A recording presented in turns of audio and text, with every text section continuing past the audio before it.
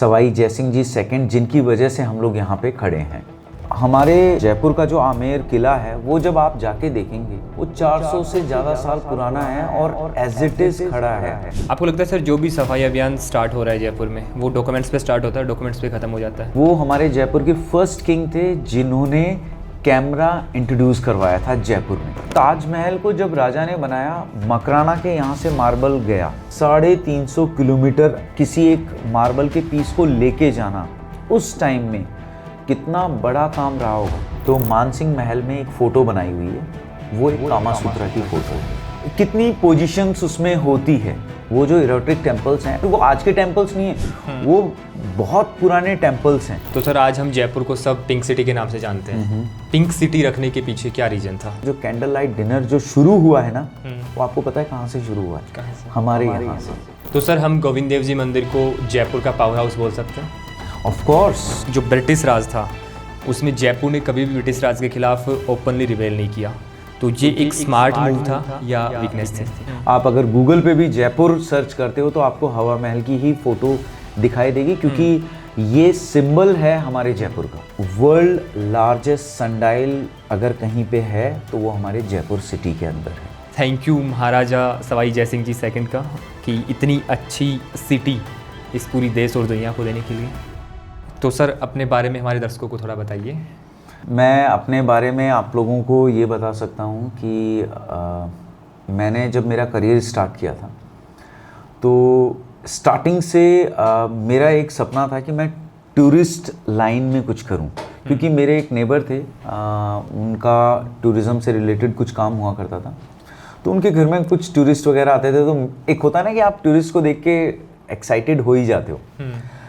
मैं भी एक्साइटेड हुआ, मुझे लगा मुझे करना है तो इसी फील्ड में करना है। जबकि मैंने आफ्टर ग्रेजुएशन मेरी पोस्ट ग्रेजुएशन की, उसके बाद मैंने मेरी LLB की।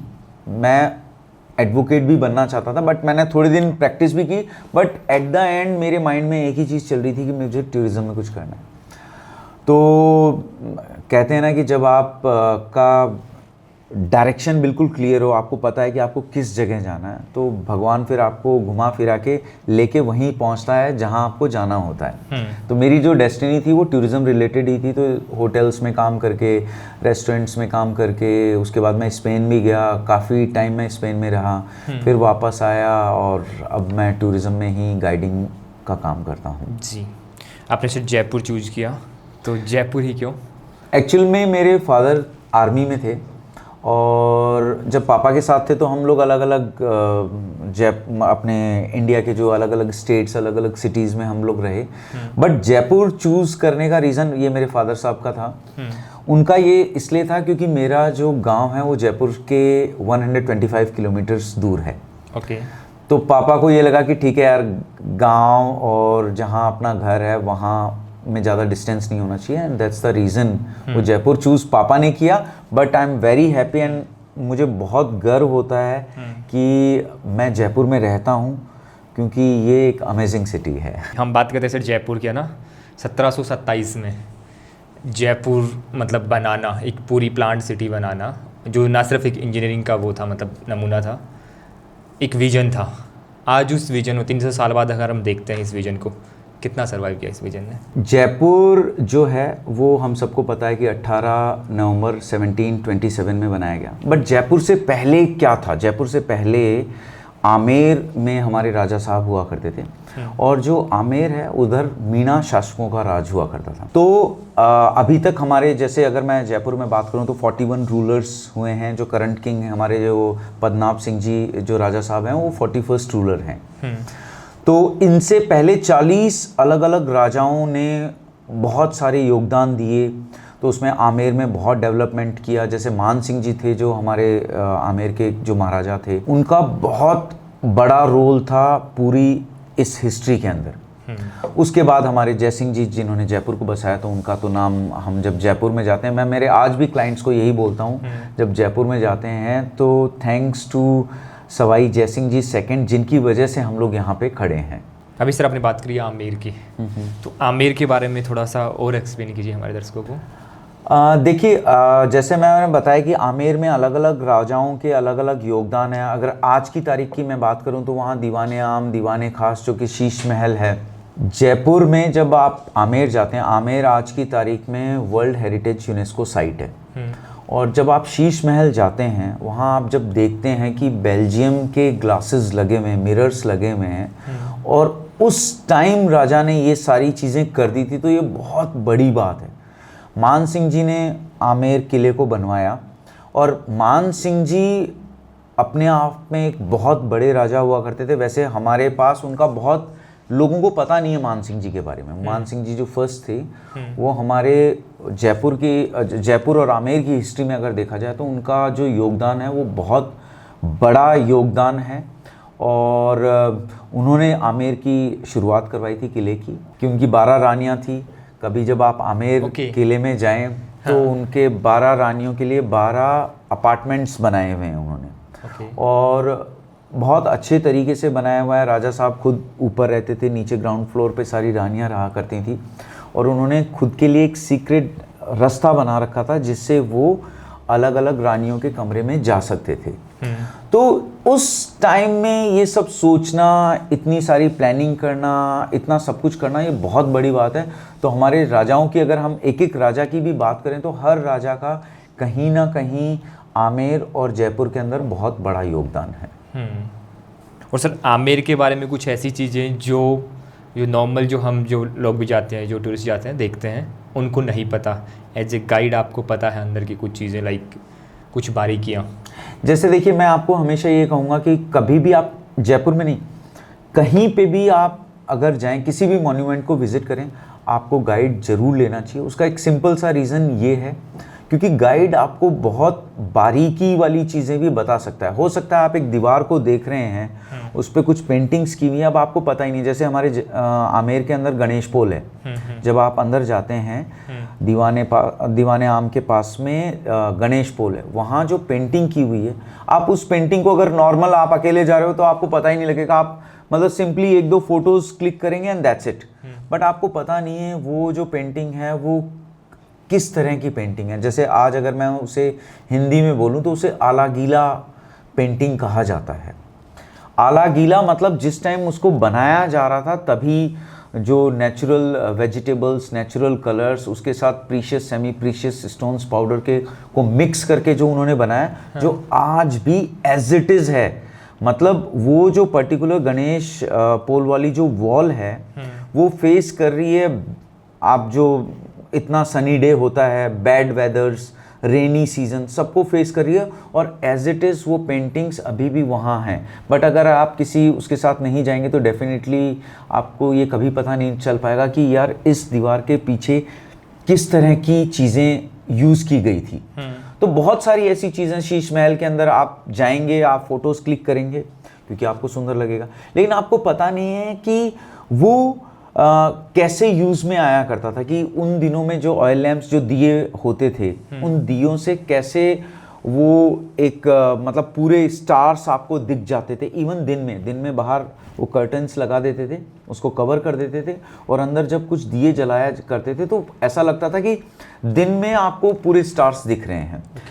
कहा यह भी जाता है, आई एम नॉट श्योर कि ये कितना सही है कितना गलत है, आपने एक वर्ड बहुत फेमस सुना होगा, कैंडल लाइट डिनर, जिसे हम एक रोमांटिक डिनर कहते हैं। मैं पूरी तरह इसमें श्योर नहीं हूँ, बट मुझे जहाँ तक लगता है कि ये जो कैंडल लाइट डिनर जो शुरू हुआ है ना, वो आपको पता है कहाँ से शुरू हुआ है? हमारे यहाँ से, इस दीवाने खास के शीश महल से। जब ब्रिटिश टाइम में थे तो ब्रिटिश जब ऑफिसर्स आया करते थे, तो जब हमारे राजा साहब वहाँ डिनर करा करते थे, तो जो लेडीज़ होती थी, जो डांसर्स होती थी, वो अपने दोनों हाथों में दिए लेके उनको डांस करा करती थी, और उनका जो पोज होता था वो ऐसे ऊपर जाता था, और ये बहुत स्लो डांस हुआ करता था। और जब पूरा ऊपर का जो व्यू आता है ना, जो टॉप पर मिरर्स का, वो पूरा इल्यूमिनेट हुआ करता था, और ऐसा लगता था जैसे स्टार्स चमक रहे हैं। अब इंग्लैंड के जो लोग थे, जो ब्रिटिश लोग थे, वो बहुत उस चीज़ से इंस्पायर्ड हुए कि यार ये कितना गजब की चीज़ है, बोले इसे अपने कंट्री में भी ट्राई किया जाए। अब ऑब्वियसली वहाँ शीश महल था नहीं, दिए नहीं होते हैं उस कंट्री में, तो उन्होंने कैंडल लाइट मतलब कैंडल्स को यूज़ करना स्टार्ट किया। और जब उसके बाद आज ये पूरे वर्ल्ड में फेमस है कि कैंडल लाइट डिनर। तो ये जो इंस्पिरेशन जो उनको मिली है वो मुझे लगता है शीश महल से ही मिली है। वाह, इसका मतलब ये है सर कि जो आर्किटेक्ट है ना, जो पहले के ज़माने में जो राजा महाराजाओं के टाइम पे हुआ करता था, आज भी हम उसकी बराबरी नहीं कर रहे हैं। अगर आज हम बोलते हैं कि हम डेवलप हुए हैं, बट आज भी हम उनकी बराबरी नहीं कर पा रहे हैं। सकते हम। आज आप कुछ कंस्ट्रक्शन करते हो, सपोज आपने अपना घर बनाया, आपको उसको रिनोवेट कराना ही पड़ेगा आफ्टर 20-30 ईयर्स। बट हमारे जो जयपुर का जो आमेर का जो किला है, वो जब आप जाके देखेंगे वो 400 से ज़्यादा साल पुराना है और एज इट इज़ खड़ा है। और आप उतनी डीप उसमें बारीकी तरीके से उसमें काम किया गया है। शीश महल के बाहर आप जब मार्बल के वो देखेंगे, उसमें पूरी तरह से हथौड़े और छीनी से काम किया हुआ है। उस टाइम कुछ भी मशीन्स वगैरह होती नहीं थी, उससे काम किया हुआ है। आप एक आर्ट है जिसे हम बोलते हैं इनले वर्क, जो आपको ताजमहल में भी देखने को मिलेगा। इनले वर्क बेसिकली क्या होता है कि मार्बल में आपने इस तरह से डिज़ाइन बनाई और उसके बाद उसके अंदर ब्लैक मार्बल इंसर्ट कर दी, इसे बोला जाता है इनले वर्क। तो ये इनले वर्क आज आप देखेंगे कहाँ हो रहा है, बहुत कम जगह हो रहा है या ऑलमोस्ट नहीं के बराबर हो रहा है। क्योंकि कारीगर, देखिए क्या होता है, आर्टिस्ट उस ज़माने में उनकी बहुत कदर थी। अब आज के टाइम आप कितना भी एडवांस हो जाएं, उतने बारीकी आपको आर्टिस्ट जो हैं वो डे बाय डे ख़त्म होते जा रहे हैं। उसका रीज़न ये है कि उनको पहले के टाइम में तो क्या होता था कि राजा महाराजाओं के टाइम में कभी कोई भूखा नहीं मरता था। अब आज के टाइम में क्या हो रहा है, आप किसी आर्टिस्ट की वैल्यू ही नहीं कर रहे हो। जो कारीगर है, जो उसको डिज़ाइन को बना रहा है, हम उसकी कदर ही नहीं करते। तो वो डे बाय डे क्या उनको भी लगता है कि यार ठीक है, अपनी जो बच्चे हो रहे हैं उनको और अपन ये ना सिखा के कुछ और सिखाएं। तो धीरे धीरे ये जो आर्ट है वो ख़त्म होती जा रही है और जिसका असर ये है कि आज से 400-500 साल पुराने जो बनी हुई चीज़ें हैं हम उनको रिपीट नहीं कर पा रहे। तो अब आमेर के अंदर आप देखिए, वहाँ एक जकूज़ी है। Jacuzzi it's a very modern word. आज हम कहीं 5 स्टार होटल में जाते हैं तो हमें जकूज़ी देखने को मिलता है। राजा साहब ने 400 साल पहले जकूज़ी का बना दिया था और राजा और रानियाँ नहाते थे वहाँ पे जकूज़ी के अंदर। उसमें पूरा हॉट वाटर, कोल्ड वाटर, सबका सिस्टम है और बहुत साइंटिफिक तरीके से किया हुआ है उस टाइम। तो आप देखिए कि मतलब उस टाइम को अगर हम कंपैरिजन करें, आज हम कुछ भी कैलकुलेट करते हैं तो हम हैंड टू हैंड कैलकुलेटर या हमारे मोबाइल पे कैलकुलेटर को यूज़ करते हैं। बट उस टाइम ऐसा कुछ था ही नहीं, मशीन्स थी ही नहीं, तो सब चीज़ें बिल्कुल दिमाग से होती थी कि ठीक है, हम अगर इसको इतने एंगल पे ऐसे सेट करेंगे तो ये हो जाएगा। अब आप देखिए जकूज़ी बना उस टाइम, जो कि आज लोग उसको कहते हैं कि बहुत बड़ा इन्वेंशन है, लेकिन उस टाइम पहले जब राजा ने जकूज़ी बना दिया तो it's a very big deal. तो राजा थे जो उनके आर्टिस्ट थे और राजा उन आर्टिस्टों की कदर भी करते थे। एंड दैट्स द रीज़न, वो आर्टिस्ट को जब आप अप्रिशिएशन दोगे, उसको आप अप्रिशिएट करोगे, तब उस आर्ट को बढ़ावा देगा। फॉर एग्जाम्पल ब्लू पॉटरी है। आज ब्लू पॉटरी धीरे धीरे कम होती जा रही है। क्यों कम होती जा रही है? क्योंकि कोई करना ही नहीं चाहता। मैं एक आर्टिस्ट हैं अपने जयपुर के जो ब्लू पॉटरी के बहुत बड़े एक्सपर्ट हैं, मिस्टर अनिल दोराया करके उनका नाम है। वो तो लोगों को कहते हैं कि मैं तो फ्री वर्कशॉप करा दूंगा, आप आओ तो सही, लेकिन कोई जाना ही नहीं चाहता। तो क्या हुआ है, धीरे धीरे ये आर्ट कम होती जा रही है। और इसी रीज़न से जो हमने इतने सालों पहले जो चीज़ बना दी थी वो भी एक पहाड़ पे, और आमेर एक इकलौता एग्जाम्पल नहीं है। राजस्थान में आप कितने मॉन्यूमेंट्स आप जाके देखोगे, फोर्ट, पैलेसेस, वो पूरे पहाड़ पे बने हुए हैं। तो वो एक आर्टिस्ट ही थे जिन्होंने उनको बनाया था। तो सर जो भी फोर्ट है हम जो देख रहे हैं ना, जो 300 साल 400 साल पुराने फोर्ट हैं, वो आज भी सेम टू सेम खड़े हुए हैं ना। जबकि आज हम कितना भी मतलब मॉडर्न तरीके से हम कुछ भी आर्किटेक्ट करके अगर हम बनाते हैं, कोई भी बिल्डिंग बनाते हैं, कुछ भी बनाते हैं, 50 सालों में वो वापस से रिपेयर करनी पड़ जाती है। तो इतना डिफरेंस कहाँ से आ गया और किस चीज़ का आया? आपने एक वर्ड सुना है, ठेकेदार? हाँ। तो ये जो ठेकेदार को जब अपन दे देते हैं ना ठेके पे, आप जैसे घर बना रहे हो तो एक सेट अमाउंट पे, ये मुझे लगता नहीं है कि आपको ये समझाने की जरूरत नहीं है, जरूरत है। पहले ऐसा टर्म यूज में नहीं आती थी भाई। पहले हर चीज़ आप आज नहीं, आज के आप 30-40 साल पहले के कंस्ट्रक्शन, इवन मैं मेरे पापा की बात बता दूं, जब हमने घर बनाया था, मेरे पापा ने 92 में घर बना दिया था। उस टाइम ठेकेदारी वाला सिस्टम आया था, बट मेरे घर वालों ने कहा नहीं, हम डेली बेसिस पे हम ही हमारा सामान लेके आएंगे, हम ही कारीगर सेलेक्ट करेंगे और हम ही हमारी डिज़ाइन के अकॉर्डिंग बनवाएंगे। तो आज भी मेरा घर मजबूत है। अब आप देखिए, मेरे फादर एक नॉर्मल इंसान थे, अब राजा की कितनी बड़ी पावर होती होगी कि अगर राजा के खिलाफ अगर आप एक मतलब 0.1% भी बेईमानी करते हैं, तो उनको पता था उन आर्टिस्ट को कि राजा एक बार में सब कुछ खत्म कर देगा, इतनी पावर थी राजा। तो आप चाहे डर कह लो या उस टाइम रिश्वत टाइप की या इस तरह की चीज़ें नहीं हुआ करती थी, एंड दैट्स द रीज़न कि वो जो मॉन्यूमेंट्स हैं हमारे इतने वहीं पर हैं, एज इट इज़ हैं। छोटा मोटा हम लोग रिनोवेशन कराते हैं, बट स्टिल मुझे बहुत खुशी होती है जब मैं आमेर में जाता हूँ। जब आप आमेर में जाओ ना, आप फील करो उसको, उसकी दीवारें जो है उसको टच करो, फील करो कि यार इस दीवार को बनाने में उस कारीगर या उस आर्टिस्ट का कितना बड़ा रोल रहा होगा। जब आप शीश महल में जाएंगे तो जैसे मैं अभी आपको मार्बल की वो डिज़ाइंस बता रहा था ना, इनले वर्क वाला, वो आप बहुत जगह लगी हुई है। और जब आप देखेंगे कि भाई एक आदमी एक फ्लावर बना रहा है एक मार्बल के पीस पर, उसने कितनी मेहनत करी होगी, और अगर आपका एक हथौड़ा गलत चला गया ना तो पूरी डिज़ाइन बेकार। कितनी मेहनत, कितना मतलब उसके अंदर वो जान डालते थे, जिसकी वजह से वो आज भी चीज़ें, उनको बोलने की जरूरत नहीं, वो खुद बोल रही हैं कि हम में दम है। तो दैट्स द थिंग। एक चीज़ और सर है ना, इतने बड़े जो फोर्ट बने हुए हैं अपने यहाँ पे ना, तो एक इतना मतलब जैसे हर एक फोर्ट इतना बड़ा है, उसको एक ग्राउंड सरफेस पे बनाया जाए तो भी अपने आप में बहुत बड़ा चैलेंज है।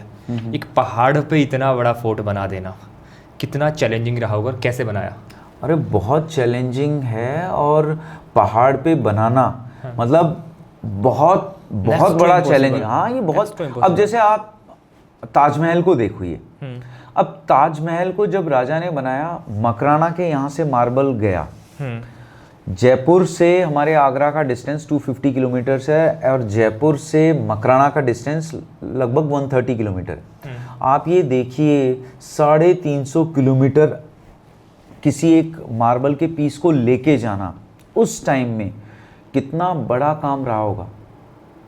पहाड़ पे पानी का, क्योंकि पानी के बिना तो आप जी नहीं सकते, पानी की कनेक्टिविटी करना पहाड़ पे कितना मुश्किल काम होता होगा, लेकिन करते थे।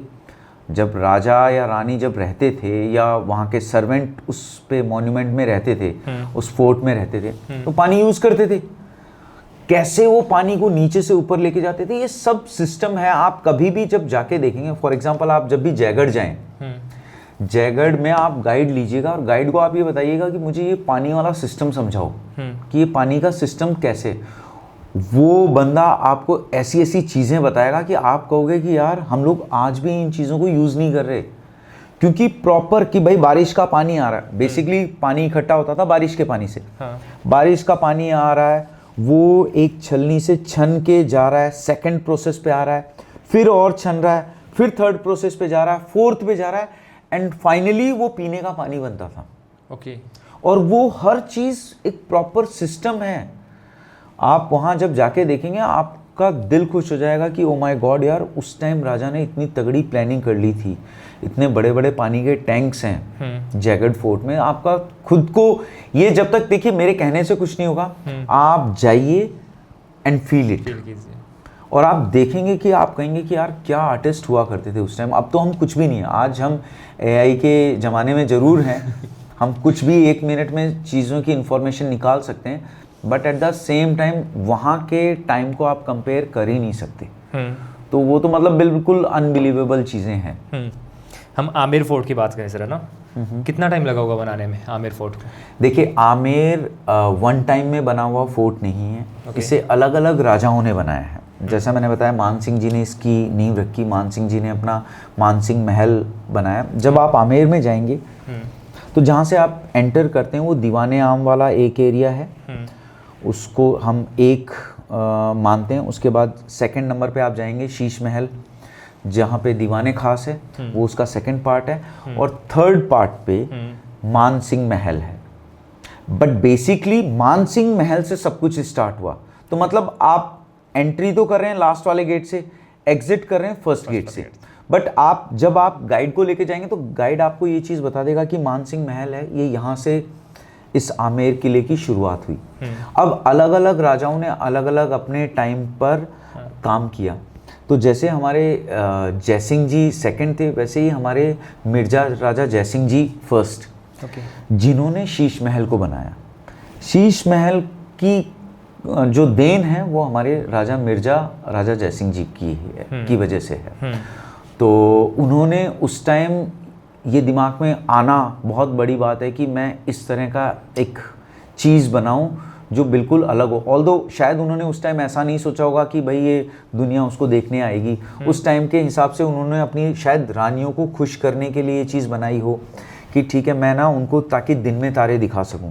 एक होता है ना रोमांटिक वाला जो फील कि कई बार हम किसी के कहने पे बहुत कुछ कर जाते हैं। तो सर आमेर जब फोर्ट बना तो जो स्टोन्स हैं वो नीचे से ऊपर लेके गए होंगे ना, इतने हैवी स्टोन्स ऊपर कैसे लेके गए? यार देखो, पहले के टाइम में जो ट्रांसपोर्टेशन वाली जो चीज़ें होती थी वो बेसिकली एलिफेंट्स ही होते थे। जो यहाँ से जो, जैसा मैं अभी आपको बता रहा था कि जो ताजमहल के जो मार्बल गया है वो ऑब्वियसली एलिफेंट्स हैं या कैमल कार्ट या हॉर्स कार्ट, ये चीज़ बोल सकते हो। कार्ट तो पहाड़ पे चढ़ना मुश्किल है, तो ऑब्वियसली उस टाइम इन्होंने हाथियों की और जानवरों की ही मदद ली है। और हमारे उस टाइम में भी बहुत इंजीनियर्स हुआ करते थे, उन्होंने भी डेफिनेटली उनको बताया होगा कि किस तरह हम एक एक पत्थर को रखें। और सर अभी एक मेरे नॉन गए थे आमेर फोर्ट में, तो वहाँ पे उन्होंने भी गाइड लिया था, तो वहाँ पे कामा सूत्रा का कुछ उन्होंने जिक्र किया था, तो ऐसा कुछ है वहाँ पे? देखिए, मैं आपको एक चीज़ बता दूं। फर्स्ट ऑफ ऑल कामा सूत्रा आज की चीज़ नहीं है, बहुत पुरानी चीज़ है। अब मान सिंह महल में मैं पक्का गारंटी के साथ कह सकता हूँ, जब आपका वो गाइड लेके गया होगा तो मान सिंह महल में एक फ़ोटो बनाई हुई है, वो एक कामा सूत्रा की फ़ोटो है। वैसे मैं एक जर्नल वे में आपसे एक क्वेश्चन पूछता हूँ कि आपको पता है कि कामा सूत्रा है क्या चीज़, मतलब कितनी पोजीशंस उसमें होती है कामा सूत्रा? मुझे नहीं पता, इतना आइडिया मेरे को नहीं है। उसके अंदर कभी आप जब नेक्स्ट टाइम आमेर जाए ना, तो आमेर से जब आप पूरा मानसिंह महल से जब आप एग्जिट कर रहे हो तो वहाँ पे एक बुक स्टोर है, वहाँ पे आपको कामा सूत्रा की एक बुक आप खरीदना चाहें तो ले सकते हैं। बुक में ये लिखा हुआ है कि 84 पोजीशंस होती हैं कामा सूत्रा के अंदर। एक नॉर्मल इंसान को 2, 4, 5 इससे ज़्यादा पोजीशन के, एक जनरल वे में मैं अगर बात करूं, और देखिए इसमें कहीं कुछ शर्म की बात नहीं है, क्योंकि ये मैंने कुछ नहीं बनाया है, ये मतलब बहुत पहले से बना हुआ है। आप खजुराहो के टेम्पल्स जाके देखिए, जब आप उन टेम्पल्स को जाके देखेंगे, यहाँ तो चलो ठीक है फिर भी एक पिक्चर बनाई हुई है, वहाँ तो पूरे के पूरे टेम्पल के ऊपर पूरा मतलब पत्थर से काम हुआ है। वो जो इरोटिक टेम्पल्स हैं, आप इंडिया के अंदर सर्च करेंगे और वो आज के टेम्पल्स नहीं है, वो बहुत पुराने टेम्पल्स हैं। तो इसमें कहीं कुछ शर्म वाली बात नहीं है। बट हाँ, आज के टाइम में हम लोग क्या थोड़ा सा शर्मा जाते हैं कि भाई ठीक है ये क्या है Kama Sutra, but Kama Sutra it's not a new word for India, ये बहुत पुराने टाइम से चल रहा है। 84 उसके अंदर पोजीशंस होती हैं। तो और आप जब वो बुक देखेंगे तो उसमें आपको दिखाया जाएगा कि किस तरह की से कामा सूत्रा को वो लोग प्ले किया करते थे। और ये मैं मेरे मन से नहीं बोल रहा हूँ, ये फैक्ट है। आप गूगल पे भी सर्च करेंगे तो आपको सारी इन्फॉर्मेशन मिल जाएगी अबाउट कामा सूत्रा। तो राजा महाराजाओं के टाइम पे सर कामा सूत्रा का चलन ज़्यादा था? देखिए राजा महाराजा, मैं आपको एक चीज़ यहाँ पे बताना चाहता हूँ। हम लोगों के माइंड में एक चीज़ जो ये है कि राजा हमेशा मज़े करते थे, ये कहना पूरी तरह गलत है। बिल्कुल, क्योंकि राजा साहब की जो लाइफ थी ना वो इजी नहीं थी। और ऑब्वियसली आप जब अपने फ्री टाइम में हो, सबका अपना एक फ्री टाइम होता है जिसमें आदमी वो कुछ भी करे, वो उसकी एक पर्सनल लाइफ होती है। और राजा साहब भी अगर कामा सूत्रा प्ले करते थे तो डेफिनेटली उसमें कहीं कुछ गलत नहीं है। बट राजा साहब की लाइफ भी सेम टाइम पर उतनी ही डिफिकल्ट थी। फॉर एग्जाम्पल मैं आपको बताता हूँ, आज हमारे पास बहुत सारे व्हीकल्स हैं, हमारे पास प्लेन्स हैं जहाँ से आप यहाँ से कहीं पे भी जाएंगे 1-1.5 घंटे की दूरी में, आप कहीं पे भी मुंबई, कोलकाता, कहीं पे भी जाना हो आप जा सकते हैं। आप सोचिए कि जब राजा, क्योंकि हमारे जब राजा साहब थे मान सिंह जी फॉर एग्जांपल, मैं अगर उनकी बात करूं तो मुगल से उनके ठीक ठाक रिलेशन थे और वो चीफ कमांडिंग ऑफिसर थे मुगल सेना के अंदर। तो जब उनको एक बार बंगाल जाना पड़ा, तो जब बंगाल, आप जस्ट इमेजिन कि आप घोड़े से बंगाल जा रहे हो, आपको क्या लगता है कि एक घोड़ा एक दिन में कितने किलोमीटर चल सकता है? मतलब मुझे भी एग्जैक्ट नहीं पता, बट मुझे ऐसा लगता है 50, 60, 70 किलोमीटर। और 50, 60, 70 किलोमीटर में भी आप, राजा साहब ऊपर बैठे हैं, पीछे सैनिक चल रहे हैं, तो एक घोड़े को भी रेस्ट की जरूरत है, राजा को भी जरूरत है, सेना को भी जरूरत है। कितने दिन में वहां पहुंचोगे आप बंगाल? Just imagine. ये जो डिफ़िकल्टीज़ थी ना राजा के टाइम में, उस टाइम होटल्स तो हुआ नहीं करते थे कि ठीक है आप गए रेस्टोरेंट में, आपने कुछ भी ऑर्डर कर दिया। सब चीज़ें उसी मोमेंट पे हुआ करती थी। राजा हर चीज़ अपने साथ लेके चला करते थे। ऑल्दो उनकी अलग अलग जगह, जैसे यहाँ से कहीं पहुँचे तो वहाँ पे उनको पहले से पता होता था कि ठीक है राजा साहब आ रहे हैं, उनकी तैयारी वगैरह होती थी। बट राजा की लाइफ ईजी नहीं थी। आप सोचिए, आप एक युद्ध में लड़ने जा रहे हैं, आपको नहीं पता कौन सा तीर आके आपको लग जाए। मतलब हम हमेशा, पता है क्या, हम लोगों ने ये समझा है कि राजा हैं तो उन्होंने खूब मजे किए होंगे। नहीं नहीं नहीं, राजा ने ऑफ कोर्स उनके पास एक पावर थी, उनकी सब बात मानते थे, but at the same time राजा की लाइफ बहुत टफ थी। आप सिर्फ एक बार ये सोच के देखिए कि आज मैं आपको बोलूं कि आपको घोड़े से किशनगढ़ जाना, जो कि सिर्फ 100 किलोमीटर दूर है, क्या आप जा पाओगे? आपको सोच के भी कि ठीक है यार, मुझे गाड़ी से 100 की स्पीड पे भी चलाता हूँ तो मुझे 1 घंटा 45 मिनट लगेगा, जबकि अब हाईवे बन गया। पहले तो हाईवे कहाँ थे, पहले जंगल थे। तो राजा की लाइफ कभी टफ, मतलब हमेशा टफ रही है। और हमेशा हम लोगों ने यही सोचा कि राजा ने मज़े करें, बट ऐसा नहीं है। राजा के लाइफ में भी बहुत सारे चैलेंज आते थे जिनको वो पूरा भी चैलेंज है ना, ऑफ कोर्स है सर, है ना, क्योंकि आप पूरे राज्य की रिस्पॉन्सिबिलिटी आप पे है, पूरे राज्य की रिस्पॉन्सिबिलिटी, पूरी सिक्योरिटी उनके पास में है कि अभी कोई अटैक कर दे तो राजा की जिम्मेदारी बनती है कि ठीक है उधर अटैक कर दिया तो हमें इसको फेस करना है जी। तो एक जगह से दूसरे जगह जाना बहुत मुश्किल हुआ करता था उस टाइम। अभी हम बात करते हैं कामासूत्रा की, है ना, ऐसा क्यों है सर कि अभी के टाइम पे ना लोग कामासूत्रा की बात करते हुए कतराने लग गए, या फिर वो एक गलत नज़रिए से देखते हैं उस चीज़ को, ऐसा क्यों? यार देखो, मैं एक चीज़ आपसे कहना चाहता हूँ कि जब हमारे राजाओं ने हजारों साल पहले ऐसी बातों पर इतना ध्यान नहीं दिया, आज की तारीख में हम लोग इतने सेंसिटिव हो गए कि हम कामासूत्रा ये वर्ड नाम लेना भी थोड़ा सा गलत समझते हैं। आप किसी से भी बात करेंगे तो आपको ये वर्ड थोड़ा सा आपको हेजिटेट कर देगा अगर आप किसी गर्ल से अगर इस तरह की बात कर रहे हो। लेकिन जैसे मैं फॉर एग्जांपल, मैं किसी फॉरेन क्लाइंट्स के साथ आता हूँ तो मैं इसके बारे में पूरा उनको बताता हूँ कि व्हाट इज़ कामासूत्रा, और मैं उनको ये भी बुक्स भी दिखाता हूँ कि ठीक है इस तरह का ये होता था, and they are like very excited.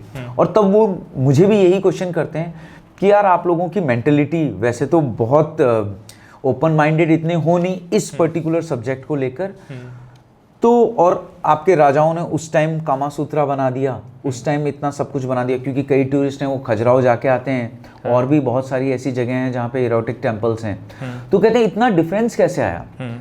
Even अगर आप मेरे से रियलिटी पूछो तो मुझे भी नहीं पता। हो सकता है कि ये टॉपिक थोड़ा सा डिफ़िकल्ट है, बिकॉज मुझे अभी भी याद है मैं मेरी मदर को लेके, क्योंकि मुझे खजुराहो मुझे जाना था, क्योंकि टूरिस्टिक पॉइंट ऑफ व्यू से बहुत एक इम्पॉर्टेंट सिटी है। मैं मेरी मदर को लेके गया, 2-3 हम लोगों ने सिटीज़ कवर की थी, आगरा है, ग्वालियर है, ओरछा। जब मैं खजुराहो पहुंचा, इवन मुझे पता था कि वहाँ पे क्या है। मैंने मेरी मम्मी को, मतलब मेरी मदर को सीधे मैंने कहा लो मम्मी अपन तो अंदर टेंपल के अंदर चलते हैं। मतलब मम्मी को मुझे उधर देखने ही नहीं दिया, मतलब बेसिकली। तो ये चीज़ें ऑटोमेटिकली, क्योंकि हमारी जो संस्कृति है, भारतीय संस्कृति है, हमें ये चीज़ अलाउड नहीं करता आज के टाइम। बट अगेन फिर आप ये कहेंगे कि यार उस टाइम जब अलाउड था। लेकिन मैं एक चीज़ और कहना चाहता हूँ, हो सकता है उस टाइम कामासूत्रा राजाओं के बीच में पॉपुलर हो, एक आम आदमी के बीच में शायद पॉपुलर नहीं हो। तो सर आज हम जयपुर को सब पिंक सिटी के नाम से जानते हैं, तो इस पिंक सिटी रखने के पीछे क्या रीज़न था? देखिए 1876 में किंग एडवर्ड सेवेंथ जयपुर आए थे। उनके स्वागत में हमारे जो राजा थे सवाई राम सिंह जी सेकंड, उन्होंने उनको वेलकम करने के लिए हमारे पूरे जयपुर शहर को ये पिंक कलर करवाया। ऑल्दो ये पिंक कलर नहीं है, ये टेराकोटा कलर है। ओके। लेकिन क्योंकि ये पिंक सिटी के नाम से पॉपुलर हो गया तो आज भी हम इसे पिंक सिटी ही बोलते हैं। मुझे ऐसा लगता है कि क्योंकि उस टाइम में रेड फोर्ट और आगरा फोर्ट बहुत पॉपुलर थे, रेड स्टोन बहुत पॉपुलर था, और यही शायद रीज़न रहा होगा कि हमारे जो राजा सवाई राम सिंह जी सेकंड थे वो इन्हीं चीज़ों से इंस्पायर होके इन्होंने जयपुर को ये कलर दिया। बट मैं जो हमारे जो राजा थे सवाई राम सिंह जी सेकंड, मैं उनकी क्रिएटिविटी की दाद देना चाहता हूँ कि उन्होंने मतलब ये चीज़ सोचना कि आप एक पूरे शहर को एक कलर दे दोगे, ये बहुत बड़ी बात थी। और मैं आपको एक चीज़ और हमारे राजा साहब के बारे में बताना चाहता हूँ कि वो हमारे जयपुर के फर्स्ट किंग थे जिन्होंने कैमरा इंट्रोड्यूस करवाया था जयपुर में। तो आज भी अगर आप सिटी पैलेस में जाएंगे तो उन राजा साहब के आपको कैमरा देखने को मिलेंगे, और कुछ फ़ोटोज़ जो उन्होंने क्लिक की थी उस टाइम वो पोर्ट्रेट्स भी आपको देखने को मिलेंगी। तो सर जब वो मतलब जो ब्रिट स्पेंस यहाँ पे आया उसके स्वागत में जयपुर को पिंक किया गया, तो पिंक सिटी वहाँ से नाम पड़ा जयपुर का। एग्जैक्टली तो जब वहाँ से जब राजा, क्योंकि वेलकम करने के लिए जब राजा ने 1876 के अंदर पूरे शहर को ये कलर दिया, क्योंकि वो उनका वेलकम कर रहे थे। और बेसिकली ये जो कलर है it's a colour of hospitality. ये मतलब एक होता ना कि वैसे भी देखिए मैं आपको बताऊं इंडियंस के अंदर हॉस्पिटैलिटी कूट कूट के भरी हुई है, और ये आज से नहीं बहुत टाइम पहले से ये चीज़ है। और हमारे जो राजा साहब थे उन्होंने इसका ये परफेक्ट एग्जांपल बना ही दिया कि पूरे शहर को एक कलर में करवाना एक राजा के आने पे तो it's a very very big deal. बात करें सर जयपुर में एक और हिस्टोरिकल पैलेस की, तो हवा महल, जहाँ 953 विंडोज़ की एक बहुत ही, लोगों को देखने में ऐसा लगता है कि एक 953 विंडोज़ की एक बहुत खूबसूरत सी बिल्डिंग है। इसके पीछे की क्या कहानी है? जयपुर में हमारे लोकल फेस्टिवल्स भी बहुत सारे हैं।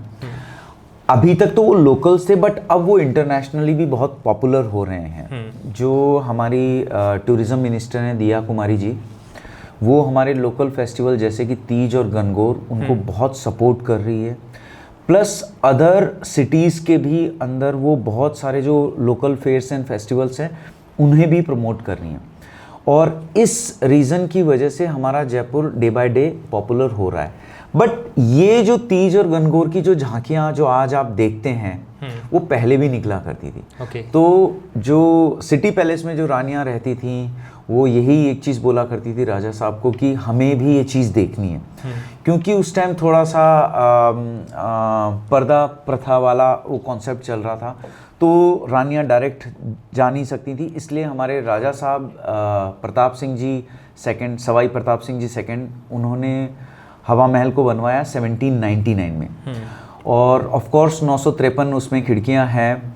और ये मैं ये कहता हूँ जयपुर में कोई भी जब टूरिस्ट आता है तो अगर वो जयपुर में दो जगह अगर देख लेना, आमेर फोर्ट और हवा महल, दैट मीन्स उसकी बेसिकली एक साइट सीन कंप्लीट हो गई है, क्योंकि उसने दो इंपॉर्टेंट मॉन्यूमेंट्स देखे हैं। बट हवा महल को आप सिर्फ यही नहीं कह सकते कि सिर्फ रानियों के देखने के लिए बनाया गया। उसका रीज़न ये है कि वो जो आर्किटेक्चर पॉइंट ऑफ व्यू से भी बहुत उसमें दिमाग लगाया गया। फॉर एग्जाम्पल जब आप उसको देखेंगे तो वो आपको एक ऐसे स्ट्रेट बिल्डिंग दिख रही है, स्ट्रेट मतलब 90 डिग्री जी। जबकि अगर आप उसको एक्चुअल में देखेंगे वो 90 डिग्री पे नहीं है, वो 87 डिग्री पे है। और यही इस चीज़ को खास चीज़ बनाती है कि ये एक नेचुरल कूलिंग सिस्टम है। मतलब गर्मियों के टाइम में रानियां वहाँ जाया करती थी ताकि हवा वहीं की वहीं रह जाए, वहीं रोटेट होती रहे। तो ये एक नेचुरल कूलिंग सिस्टम भी है, ऑफ कोर्स डिज़ाइंस है। एक और चीज़ मैं आपको यहाँ पे बताना चाहूँगा कि जब आप हवा महल को देखेंगे तो उसका जो शेप है ना वो मुकुट के समान है। तो जो कृष्ण जी जैसे हमेशा मुकुट लगा के रखते हैं, उसी से इंस्पायर होके इसको शेप दिया गया और ये कृष्ण जी के मुकुट के समान आपको दिखेगा। तो ये बहुत सुंदर मतलब हवा महल का तो कोई कंपैरिजन है ही नहीं। आप अगर गूगल पे भी जयपुर सर्च करते हो तो आपको हवा महल की ही फोटो दिखाई देगी, क्योंकि ये सिंबल है हमारे जयपुर का। एक और टूरिस्ट स्पॉट की बात करें सर, है ना, जंतर मंतर। तो जंतर मंतर को देखना इतना खास क्यों है? देखिए, मैं आपको फर्स्ट ऑफ ऑल एक चीज़ बताना चाहता हूँ कि हमारे देश में बहुत राजा महाराजा हुए। हर राजा महाराजा ने अपने अकॉर्डिंग फोर्ट्स, पैलेसेस बनवाए, बट हमारे जो राजा साहब थे सवाई जयसिंह जी सेकंड, इनकी खास बात ये थी कि वो योद्धा तो थे ही थे, बट उसके साथ साथ में उनका जो दिमाग था वो इस चीज़ में भी चलता था कि यूनिवर्स में क्या है। ठीक है, अब अगर मैं जंतर मंतर की बात करूं तो आज के ऑलमोस्ट 300 साल पहले 1728 में इसको बनाना स्टार्ट किया गया था। 1727 में जयपुर बसा, 1728 में जंतर मंतर बनाना स्टार्ट किया और 1734 में ये जंतर मंतर बनके कंप्लीट हुआ। आपको पता है पूरे इंडिया के अंदर 5 जंतर मंतर हैं। ओके। दिल्ली, उज्जैन, मथुरा, वाराणसी और फाइनली जयपुर। और जो जयपुर का जो जंतर मंतर है वो सबसे बड़ा है। मैक्सिमम इसके जो इंस्ट्रूमेंट्स हैं वो वर्क करते हैं। और जो अगर मैं इसे बड़े लेवल पे बताऊं तो वर्ल्ड लार्जेस्ट सनडाइल अगर कहीं पे है तो वो हमारे जयपुर सिटी के अंदर है। ठीक है, और आमेर महल के बाद में जो सेकंड मॉन्यूमेंट है वर्ल्ड हेरिटेज यूनेस्को साइट, वो आपका जंतर मंतर ही है। तो जंतर मंतर का तो कंपैरिजन आप मतलब किसी भी फोर्ट और पैलेस से नहीं कर सकते, because it's a totally different kind of thing. और मैं राजा साहब के माइंड को सल्यूट करना चाहता हूँ कि उन्होंने उस टाइम ये सोचा कि टाइम चेक करते हैं। आप शैडो से टाइम चेक कर रहे हो, ये बहुत बड़ी बात है। उस टाइम सोचना जब हम ये सोचते थे कि ठीक है मुझे यहाँ कब्जा करना है, मुझे अपने राज्य को यहाँ बचाना है, बट उन्होंने इसके साथ साथ ये भी सोचा कि मैं कैसे इन चीज़ों पे भी बात करूँ। तो अगर आप कभी भी जाएंगे और जंतर मंतर में आप जब देखेंगे तो आपको, और जब आप टाइम वहाँ पे भी एक चीज़ ध्यान रखिएगा कि आपको गाइड लेना है, बिकॉज अगर आप विदाउट गाइड वहाँ चले गए तो आपको कुछ समझ में नहीं आएगा कि क्या इंस्ट्रूमेंट कैसे वर्क कर रहा है। और जब आप वहाँ जाएंगे आप सिर्फ 2-3 इंस्ट्रूमेंट उसके देखेंगे, तब आपको ये पता लगेगा कि यार आज के ऑलमोस्ट 300 साल पहले राजा साहब ने कैसे इस चीज़ को बनाया होगा। मतलब शेडो से आप टाइम कैलकुलेट कर रहे हो, आपको ध्रुव तारा जो कि जिसे हम इंग्लिश में पोल स्टार बोलते हैं, पोल स्टार को फाइंड आउट करना बहुत बड़ी चीज़ है उस टाइम के अकॉर्डिंग। एक और जो टूरिस्ट स्पॉट है, मैं इसको टूरिस्ट स्पॉट नहीं बोलना चाहूँगा, एक स्पिरिचुअल पैलेस है ना, गोविंद देव जी। 300 साल पहले क्या हिस्ट्री रही गोविंद देव जी की, और आज भी हम गोविंद देव जी की बात करें तो जो टूरिस्ट का एक होता है ना स्पिरिचुअल कनेक्शन, वो लगातार स्ट्रॉन्ग होता ही फील हो रहा है। देखिए, मैं आपको गोविंद देव जी मंदिर के बारे में एक चीज़ बताना चाहता हूँ। हाँ। मुझे कई बार ऐसा लगता है कि जो आज की जो जनरेशन है वो मॉडर्न वर्ल्ड की तरफ जा रही है, but at the same time वही जनरेशन सडनली स्पिरिचुअल की ओर जा रही है। मतलब मैंने गोविंद देव जी, जनरली क्या हम सोचते हैं कि it's not about Govind Dev ji का मंदिर, कोई भी मंदिर में हम लोग ये सोचते हैं कि आदमी की जब एक एज हो जाती है, भाई जैसे आपके पेरेंट्स हैं, दादा दादी हैं, कि भाई ठीक है चलो भगवान का भजन करने चलते हैं, थोड़ा सा वहाँ शांति मिलेगी। बट मुझे उस टाइम बहुत अचंभा होता है जब मैं यंग लोगों को देखता हूँ जो 18-20 साल के जेनजीज हैं, वो उनका क्रेज़ जो बढ़ा है पिछले कुछ सालों में गोविंद देव जी की तरह, वो अनबिलीवेबल है। मुझे बहुत खुशी होती है क्योंकि ऑफ कोर्स पावर है, एक वो पावर हाउस मैं उसको बोल सकता हूँ, जहाँ से आप कितने भी डीमोटिवेट हों, बट अगर आप उस मंदिर में जाते हैं तो you will feel the energy. आपको एक ऐसा एहसास होगा कि ठीक है यार मैं अकेला नहीं हूँ। आप आंखें बंद करके भगवान को याद करोगे, डेफिनेटली भगवान आपको रास्ता भी दिखाएगा, आपके काम भी बनेंगे। और ये जो यंग जनरेशन जा रही है ना, मुझे इतनी खुशी होती है कि लोग डिस्को छोड़ के अब संडेज़ को लोग सुबह सुबह आप वहाँ जाओगे, इतनी भीड़ मिलती है, यंग पीपल जा रहे हैं। तो सर हम गोविंद देव जी मंदिर को जयपुर का पावर हाउस बोल सकते हैं? Of course. आप एक चीज़ देखिए, गोविंद देव जी के मंदिर में अगर एक राजा जा रहा है, जिस राजा को किसी चीज़ की ज़रूरत नहीं, आप अगर राजा हो, that means you have everything, you have power, you have money, you have everything. But अगर एक राजा भी जाके उस मंदिर में सर झुका रहा है, वैसे तो हमारे सभी राजा हर मंदिर में सर झुकाते थे, इसमें कहीं कोई दो राय नहीं है, बट गोविंद देव जी के मंदिर में हमारे राजाओं का एक अलग विश्वास रहा है, और जो आज भी बना हुआ है हर इंसान का, चाहे वो कितना ही वीवीआईपी हो, वो जब जयपुर आते हैं तो गोविंद देव जी के मंदिर जाते हैं, वो फील करते हैं उस एनर्जी को, तो डेफिनेटली वो एक पावर हाउस है जी। एक चीज़ और सर है ना, जो आज हम जो चार दीवारी देख रहे हैं, लोगों को एक सिर्फ दीवार लग रही है देखने में, पहले इसका क्या इम्पोर्टेंस रही होगी या पहले ये कैसा रहा होगा?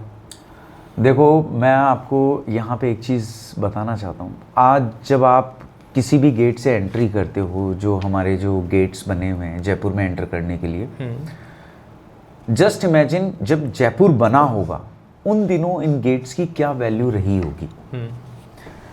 उन गेट्स पर सिक्योरिटी गार्ड रहा करते होंगे, मतलब मैं जस्ट एक इमेजिनेशन वाली चीज़ आपको बता रहा हूँ, क्योंकि वो चीज़ तो मैंने भी नहीं देखी।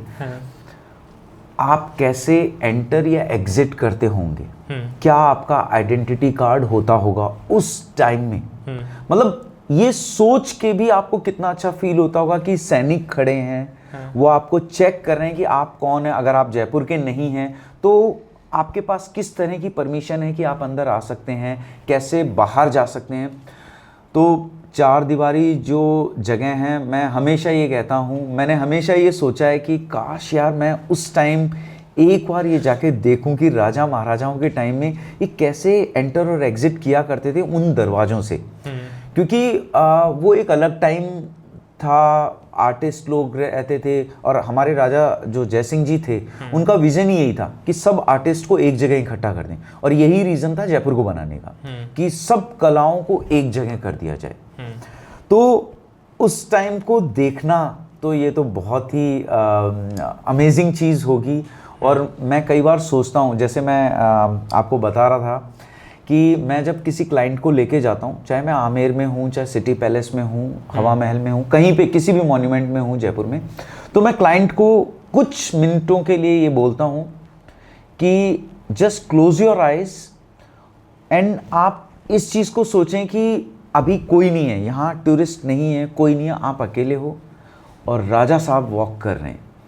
मतलब वो आप सीन जस्ट एक इमेजिन करके सोचिए कि राजा चल रहे हैं, आप एक इनविजिबल पर्सन हो और आप वो सब चीज़ देख रहे हो, दासियाँ कैसे खड़ी हैं, सिक्योरिटी गार्ड्स कैसे खड़े हैं, राजा किस तरह बात कर रहे हैं। मतलब हमने वैसे तो पिक्चरों में देखा है, बट वी डोंट नो कि ऐसा ही होता होगा। बट मैं मेरे जो क्लाइंट्स जो जयपुर में आते हैं ना, उनसे ये चीज़ ज़रूर बोलता हूँ कि just close your eyes and just think कि राजा साहब यहाँ पे हैं। और जब 5 मिनट बाद वो क्लाइंट आंखें खोलता है ना, तो उसको वो पूरी पिक्चर दिखती है। मैं उसको पहले ही वो सारे कैरेक्टर्स बता देता हूँ, यहाँ राजा साहब चल रहे हैं, यहाँ दासियाँ खड़ी हैं, यहाँ हवा कर रहे हैं, इस जगह सोल्जर्स खड़े हैं, ठीक है। तो आपको मैं एक इमेजिनेशन वाली दुनिया में ले जाता हूँ, और वो एक इतनी अच्छी फीलिंग होती है कि क्लाइंट को, जब जो हमारे जो गेस्ट होते हैं उनको ऐसा फील होता है कि वाह यार अभिषेक, हम तो हिस्ट्री में जाके प्रेजेंट में आ गए। तो ये एक बहुत अच्छा फीलिंग है। जब भी आप आमेर जाओ या किसी भी मॉन्यूमेंट में जाओ, कहीं पे भी उस चीज़ को ज़रूर फील करो, और आप खुद भी फील करने लग जाओगे, क्योंकि ये इंटरनली आपका माइंड आपको ये सोचने पे मजबूर कर देगा कि ठीक है, अब सब कुछ राजा घूम रहे हैं, सब कुछ हो रहा है। और जैसे दीवाने आम है, फॉर एग्जांपल दीवाने आम, उसको अगर मैं उसे इंग्लिश में बोलूँ तो hall of public audience, basically court room की तरह होता था, जहाँ राजा अपनी लोगों से डिस्कस करता था विद देयर सबऑर्डिनेट्स। अब राजा साहब बैठे हैं, सिंहासन पे बैठे हैं, सबऑर्डिनेट्स बैठे हैं, आप गए एज ए कॉमन पर्सन, आपने अपनी प्रॉब्लम बताई, और आप जस्ट सोचिए कि राजा या वो जो सबऑर्डिनेट्स वो किस तरह उन प्रॉब्लम्स का सॉल्यूशन दिया करते थे। तो ये सोचने में इतना गजब का लगता है जब आप रियलिटी में उधर जाके देखें। अगर कहीं ऐसी टाइम मशीन बने ना सीरियसली मैं जाके वो ज़रूर देखना चाहूँगा कि यार कैसा वो टाइम होता होगा। जी, एक सर हम एक चीज़ और हम नोटिस करें, जितने भी फोर्ट बने हुए हैं वो मतलब पहाड़ के ऊपर बने हुए हैं, है ना। इस चीज़ का जब युद्ध होता था, क्या इस चीज़ का फ़ायदा मिलता था? Of course. और जो फ़ायदा मिलता था, जो भी बेनिफिट मिलता था, वो किस टाइप के बेनिफिट होते थे? देखिए पहाड़ पे कोई भी फोर्ट या पैलेस बनाने का सिंपली एक रीज़न था कि आप नीचे से ऊपर जब सैनिक जाएगा तो फोर्ट की या पैलेस की सुरक्षा करने में बहुत आसानी रहेगी। तो और यही रीज़न होता है जिसकी वजह से फोर्ट्स और पैलेसेस आपको पहाड़ों पे ज़्यादा देखने को मिलते हैं, क्योंकि सिक्योरिटी पॉइंट ऑफ व्यू से ये बहुत ज़्यादा बेनिफिशियल रहता है। That's the thing.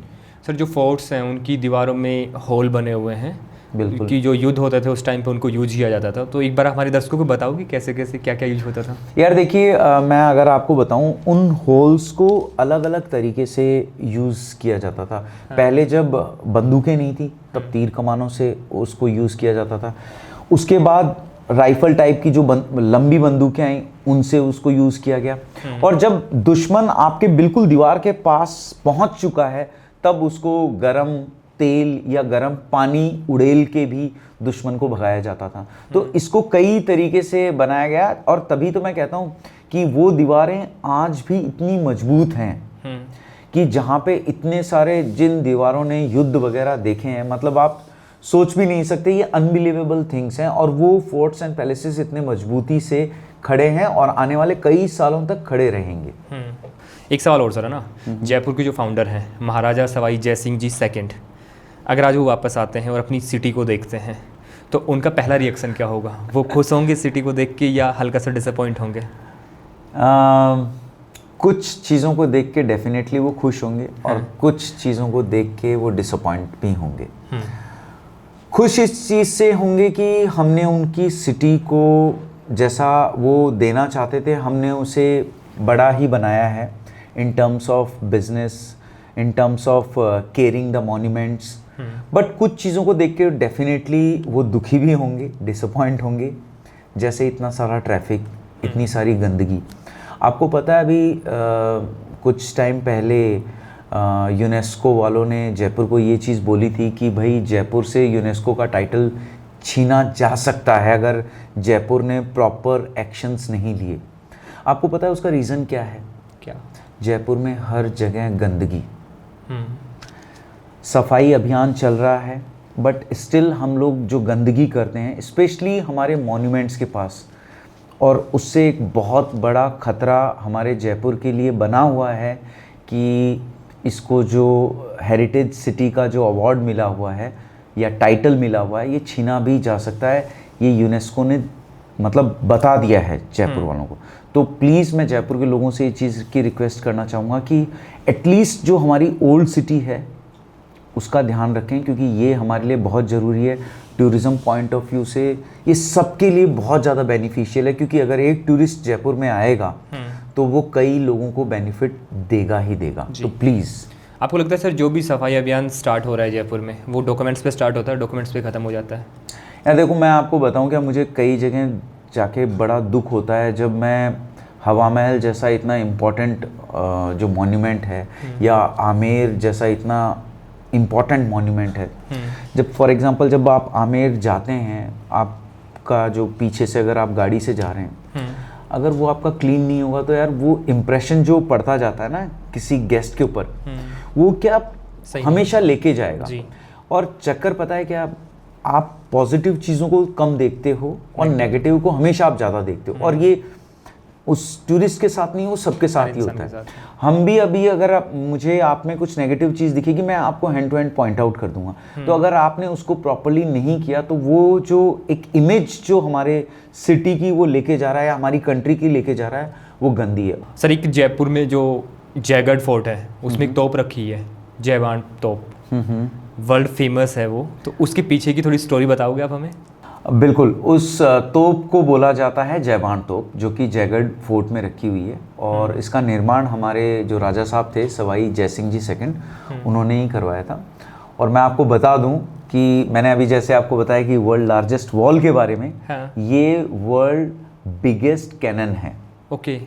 और इसको सिर्फ एक बार ट्रायल के रूप में चलाया गया था। जब हम कुछ चीज़ बनाते हैं तो एक बार ट्राई करते हैं ना, उसी के अकॉर्डिंग चलाया गया था, बट इसे कभी किसी वॉर में यूज़ नहीं किया गया।